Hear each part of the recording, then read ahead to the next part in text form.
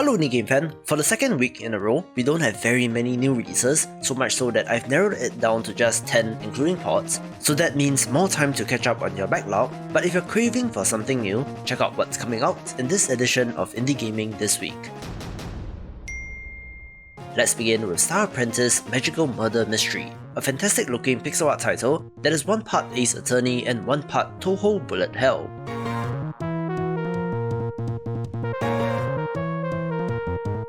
You play as the titular Star Apprentice, travelling on a magical train and have to uncover its mysteries.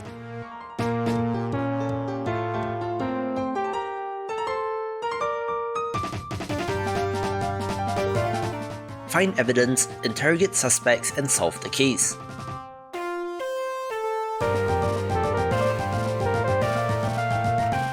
Needless to say, this is an intriguing mixture of genres, where I do love a good mystery like Murder on the Orient Express, so colour me intrigued on this.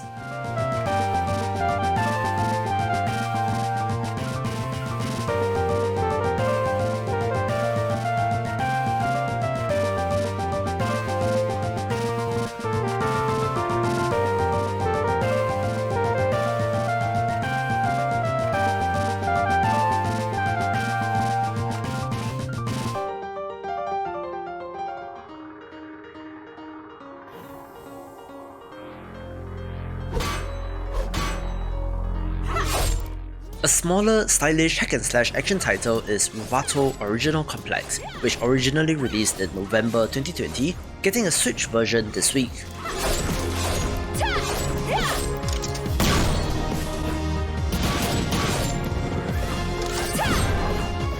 Our protagonist gets more powerful for every enemy that she defeats, where dashing around and chaining together kills seems great, making it a title of interest for the week.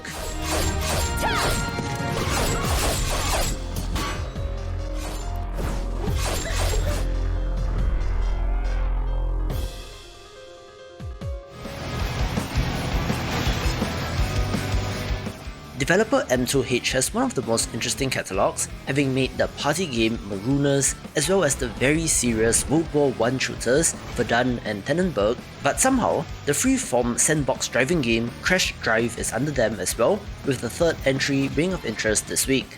The last game was 6 years ago and was fairly well received, where it has gotten a significant visual upgrade as compared to that game. It looks chaotic and fun, just like a sandbox game should be, so hopefully the multiplayer population will be there for this game, and it will be releasing on all modern platforms. Since we developed the technology to travel through hyperspace, a race to other habitable planets and space has broken out among the big corporations. In search of limitless growth, they leave Earth exploited and its environment devastated. The impressive real-time city builder on a grand scale, Imagine Earth, launched out of early access in May this year after a whopping 7 years in early access, and is a pretty great title if you're into strategy games, most interestingly, getting an Xbox version this week, where I do wonder how the controls will translate to controller. Your job as a space colony manager is building sustainable civilizations. Establish thriving and profitable colonies on a global scale. Satisfy their hunger for resources.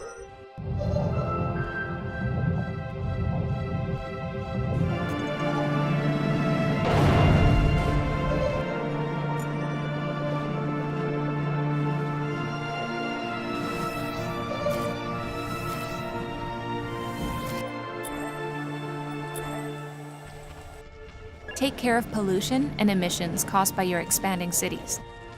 With increased climate change, natural disasters are becoming more frequent and severe. Do research for renewable energy sources and develop sustainable production lines to avoid destruction and climate collapse. Let us use the second chance to change our way of life and to transform the production of energy and goods in a sustainable way. Achieving a balance between growth and sustainability is the final challenge for every civilization.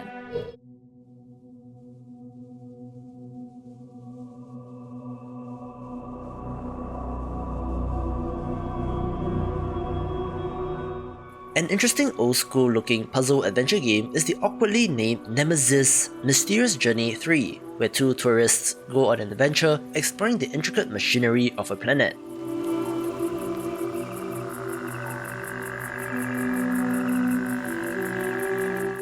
It does seem old school in terms of puzzle design, although touched up with modern graphics, and should be a game for fans of the genre. Professor Tarot at your service. This is the third entry in the series that dates back to 2001, where the original was named Schism Mysterious Journey, although I do think that no prior knowledge of the first two games are required, but an interesting relic of the past for sure. We are the constructors. We deserve some acclaim, don't you think?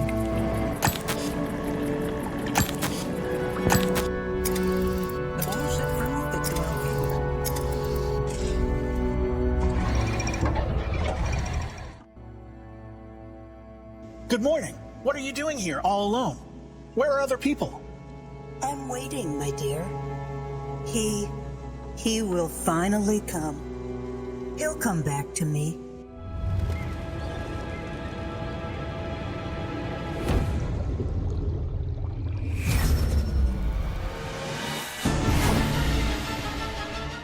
One of the hidden gems of the year so far is the 3D action platformer Blue Fire, one that does give off a little bit of a Hollow Knight vibe, so if you missed that in February on PC, it gets an Xbox version this week.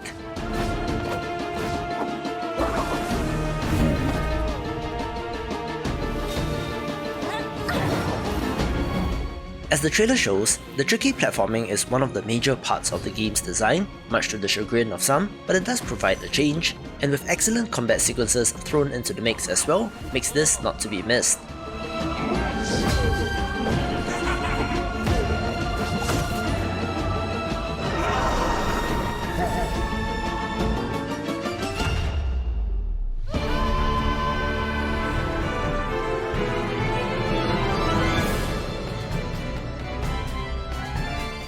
I quite like the turn-based JRPG ARIA Chronicle from last year, where the princess of a kingdom goes on a pilgrimage to a small countryside village, trying to blend in with the locals and to learn of their problems, but then gets dragged into a conflict with an organization of mask-wearing fanatics known as the Cult. It's a Darkest Dungeon-like game in nature, down to having side-scrolling dungeon exploration bits, but it's a lot more anime and not as punishing, where there's a whole bunch of character classes for a heroine, which keeps things interesting. Your party of adventurers can also be recruited via a tavern, which means plenty of opportunity to mix and match, all with a fantastic look and gets a Switch port this week.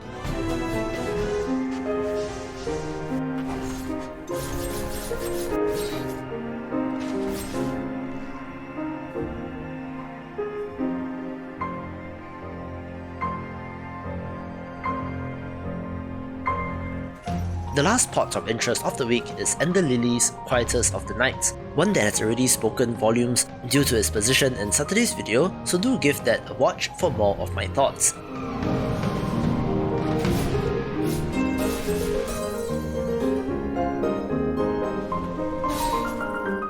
Needless to say, this dark fantasy Metroidvania is excellent and is totally worth a play, especially so for Metroidvania fans, but even if you are kind of sick of this genre by now, I would implore you to give this a shot.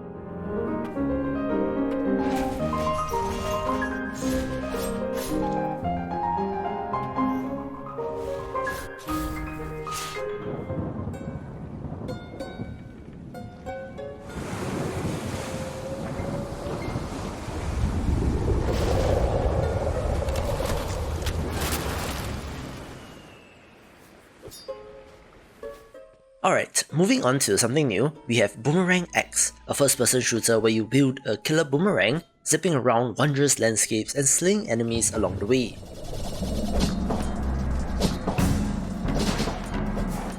I last talked about this in my video on retro FPS games, where on second look, this game does look rather modern, but feels old school in terms of design. It looks fast and frantic, making it a must-get for fans of the genre. And of course, Black Skylands comes in at the top spot since it's one of the biggest titles that I've been looking forward to, covering it in my preview of July, where this open world action title where you pilot your own airship does have amazing pixel art.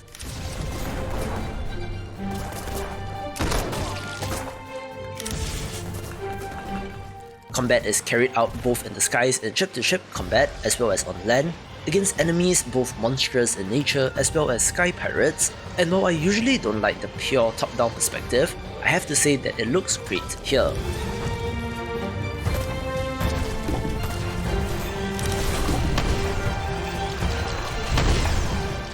There's plenty of resource gathering, crafting and upgrading, such that you can get new weapons, upgrade your ship, and even expand your home base, all while building up your capabilities to deal with a monstrous threat.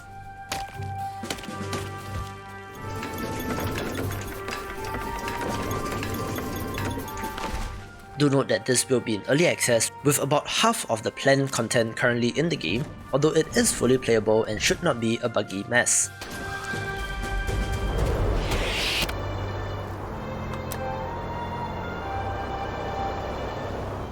Player feedback will be critical for this developer, so if you love being part of such a community and shaping the game, pick this game up, taking the #1 spot.